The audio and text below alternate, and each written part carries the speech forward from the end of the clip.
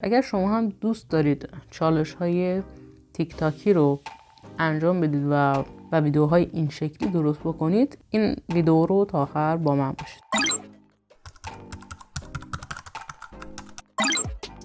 خب برنامه ویوا کات رو باز میکنیم.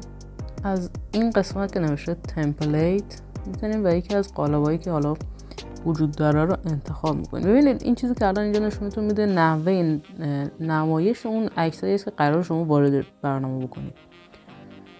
و خب مثال بزنیم، مثلا من اینو انتخاب میکنم. این پایین میزنید روی گزینه یوز، بریم که از این قالب استفاده کنیم.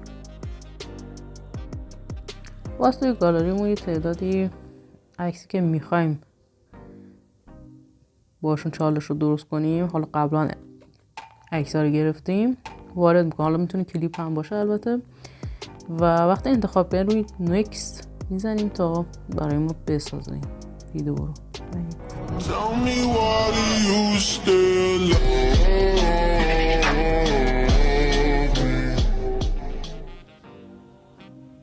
خب ویدیو رو برای ما ساخت. حالا با استفاده از گزینه اکسپورت یه خروجی میگیریم که هر جا خواستیم ازش استفاده کنیم.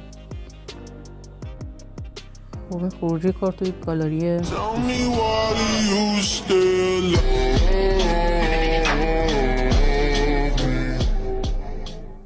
خب دوستان، امیدوارم که این ویدیو هم به دردتون خورده باشه. ممنون که تا آخر با من همراه بودید.